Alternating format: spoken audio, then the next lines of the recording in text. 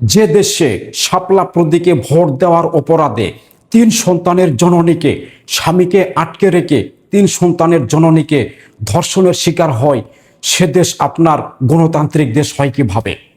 ইলেকশনের আগে নেতারা যে জায়গায় সমাবেশ করেছে সে জায়গায় শুধু একটি কথাই বলতো, আপনার ভোট আপনি দিবেন, যাকে খুশি তাকে দিবেন, আপনার কথা বলার অধিকার আছে। এই সব কথা বলতে বলতে নেতারা মুখের ফেনা তুলে ফালায় দেয়। অথচ সেই দেশে, গণতান্ত্রিক দেশে, অন্য প্রতীকে ভোট দেওয়ার অপরাধে 3 সন্তানের জননীকে ধর্ষণের শিকার হয়। এখনো ক্ষমতা হস্তান্তর হয় নাই, এখনো শপথ গ্রহণ শেষ হয় নাই, তারই মাঝেই বাংলাদেশের বিভিন্ন জায়গায় হাঙ্গামা দাঙ্গামা, বাড়িঘর ভাঙচুর করা শুরু করে দিয়েছে। একটি কথা মনে রাখবেন, শেখ হাসিনা জরিপ করে পাওয়া গিয়েছে এই বিশ্বের ভিতরে তার মাথার ব্রেন এতটাই ছিল যে সেই লোকটি বাংলাদেশে টিকে থাকতে পারে নাই, লাস্টে হেলিকপ্টার করে পালিয়ে যেতে বাধ্য হয়েছে। আপনারা কিন্তু সবই কিন্তু জানেন, আপনারা এটা ভুলে গেলে চলবে না, সবই কিন্তু জানেন। সেরকম এমন কোনো কাজ করবেন না যাতে শেখ হাসিনার মতো আপনাদেরও পরিণতি এরকমই হয়। এটা আমরা কখনোই আশা করিনি বা করতেও পারি না। কিন্তু আপনাদের যে অবস্থা দেখা যাচ্ছে, ইলেকশনের জয়লাভ হওয়ার পরেই এখনো শপথ গ্রহণ শেষ হয় নাই, তারই মাঝেই আপনারা বিভিন্ন জায়গায় বাড়িঘর ভাঙচুর, মানুষজনকে হয়রানি করাচ্ছেন। এমনকি একজন 3 সন্তানের জননীকেও আপনারা ছাড় দেন নাই, তাকে ধর্ষণ করেছেন। ধর্ষণ ভাই, এটা কোনো দেশের রাজনীতি হতে পারে? এটা কোনো গণতান্ত্রিক দেশ হতে পারে? গণতান্ত্রিক দেশে অনেক কয়টা দল আছে, তার ভিতর থেকে যে একটি দলকেই 18 কোটি মানুষ বেছে নেবে, 18 কোটি মানুষের যে পছন্দ হবে তা কিন্তু নয়। তাই হবে তাহলে তো দেশটা আপনার রাজতন্ত্র করা দরকার, তাই না? তাহলে এটা গণতান্ত্রিক দেশ হলো কিভাবে?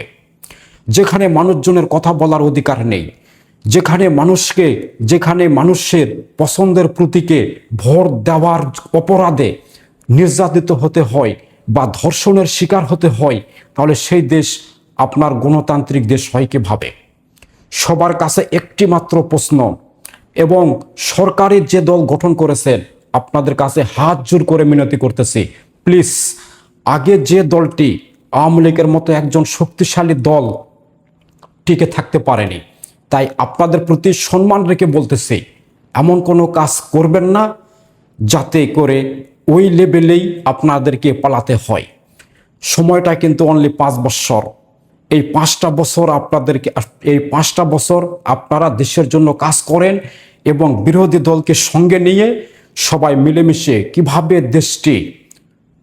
কিভাবে এই বাংলাদেশটি উচ্চ লেভেলে যাবে, কিভাবে দেশের উন্নয়ন হবে, সেই দিকে একটু নজর দেন।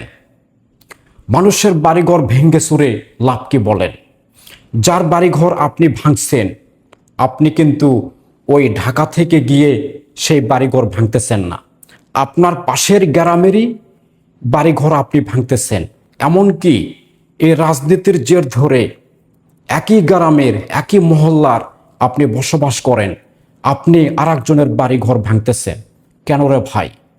সবার প্রতি সম্মান রেখে আবারও বলতেছি, যে দলটি ক্ষমতায় এসেছে সেই দলটিকে সবাই সহযোগিতা করুন, এবং যে দল ক্ষমতায় আসছে সেই দলকে সবাই সম্মান রেখে বলতেছি, প্লিজ এইসব নিকৃষ্ট কাজ থেকে সবাই দূরে থাকবেন, এবং দেশ কিভাবে উন্নত হবে সেই দিকে আপনারা লক্ষ্য রাখেন, যাতে ভবিষ্যতে 5 বছরের পরে যে আবার ইলেকশন আসবে সেই ইলেকশনেও যেন আপনারা টিকে থাকতে পারেন। ভালো থাকবেন সবাই, আল্লাহ হাফেজ, সালামু আলাইকুম।